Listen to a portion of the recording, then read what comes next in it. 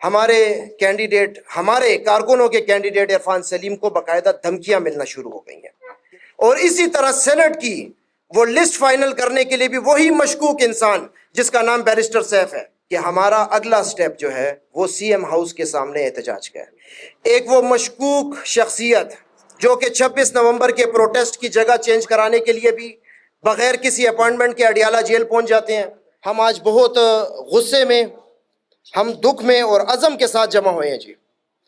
آج کی ہماری پریس کانفرنس کسی فرد واحد کے لیے نہیں، لیکن پاکستان تحریک انصاف کے اس نظریے کے لیے، پاکستان تحریک انصاف کے ورکر کے وقار کے لیے کہ وہ کارکن جس کو ہم کہتے تھے کہ وہ پشاور کا عمران خان ہے،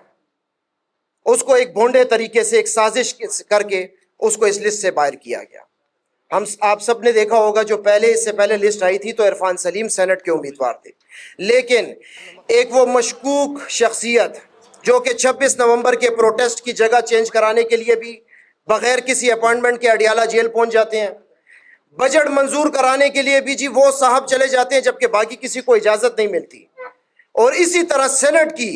وہ لسٹ فائنل کرنے کے لیے بھی وہی مشکوک انسان جس کا نام بیرسٹر سیف ہے،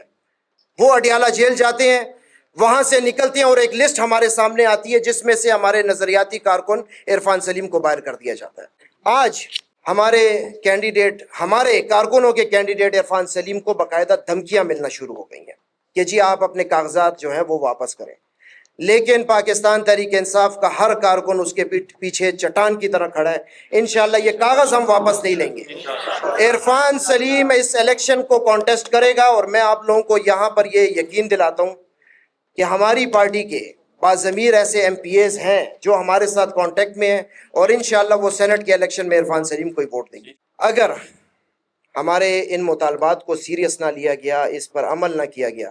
تو میں اس پلیٹ فارم سے آپ لوگوں کے تواسط سے، میڈیا کے تواسط سے میں یہ ان کو پیغام دے رہا ہوں کہ ہمارا اگلا سٹیپ جو ہے وہ سی ایم ہاؤس کے سامنے احتجاج کا ہے۔ بالفرض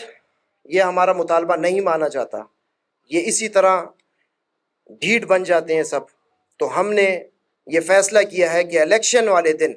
ہم صوبائی اسمبلی کا گھیراؤ کریں گے جی۔ اسمبلی کا گھیراؤ کریں گے، نہ کسی ایم پی اے کو اندر جانے دیں گے، نہ وہ الیکشن ہونے دیں گے جی۔ یہ ہمارا کلیئر کٹ میسج ہے، یہ دھمکی نہیں ہے جی۔ ہم التجا کر رہے ہیں، ہم ریکویسٹ کر رہے ہیں کہ جی خان صاحب کے نظریے کے مطابق اس سینٹ کے امیدواروں کی لسٹ کو دوبارہ سے مرتب کیا جائے۔